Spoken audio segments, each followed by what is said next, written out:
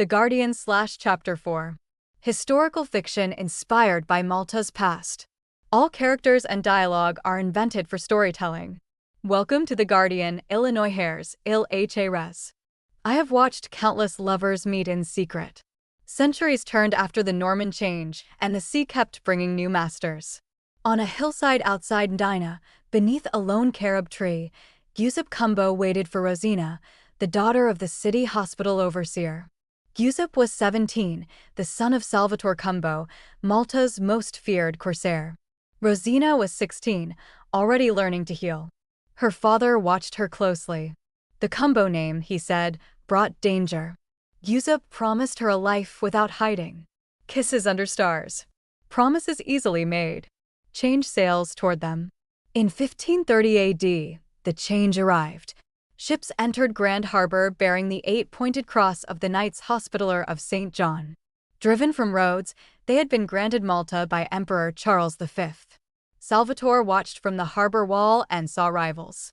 Giuseppe saw a path to protect Malta and rise by merit.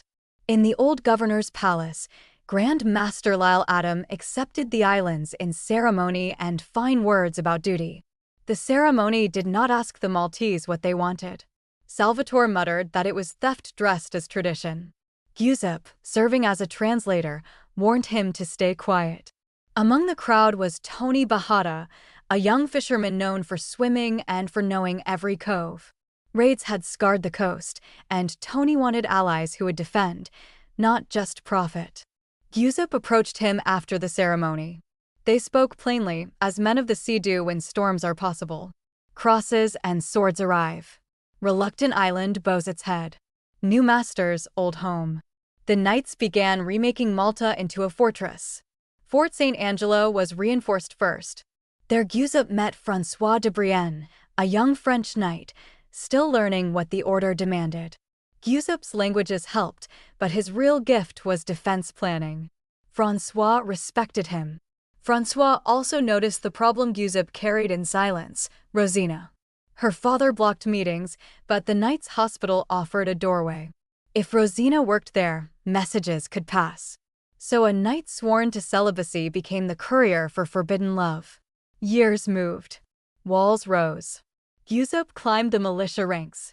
Tony used fishermen, weather sense, and coastline knowledge to build an early warning system.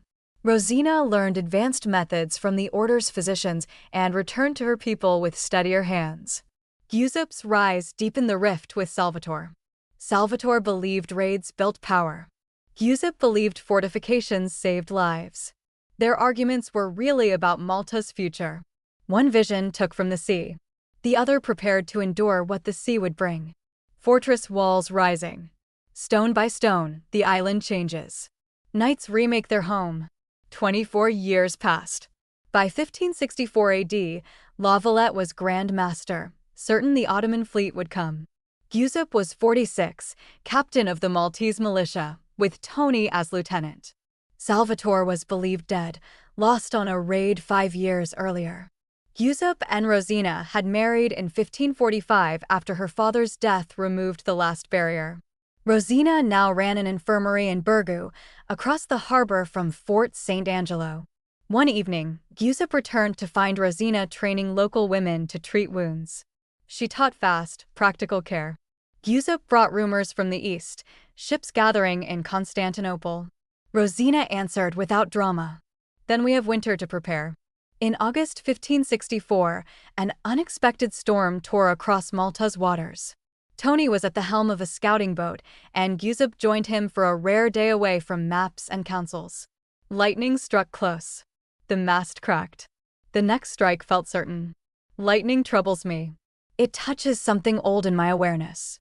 As it reached for the vessel, I placed my essence between it and the two men who had become precious to Malta's defense. The energy poured into me, too much to hold, then burst outward into the sea. Giuseppe and Tony were thrown flat, shaken but alive. For a brief moment, through rain and spray, they saw a shimmering outline above them, like a guardian made of light. Tony whispered my name and made the sign of the cross. They reached shore hours later. Rosina was waiting, already prepared to treat cold and injury. I drifted for weeks afterward, exhausted. When I returned, I could stir a candle flame, shift a pebble, send a whisper that almost reached human ears. I had been a witness for millennia. Now I could act in small ways, and those small ways might matter when the next invasion arrived. From the east, rumors hardened into certainty. And more significant still, I had been seen. Lightning seeks ground. Guardian steps between worlds. Energy transforms. Visit Malta. Go to ManicMalta.com/Gzira for a family-run Airbnb. For .short.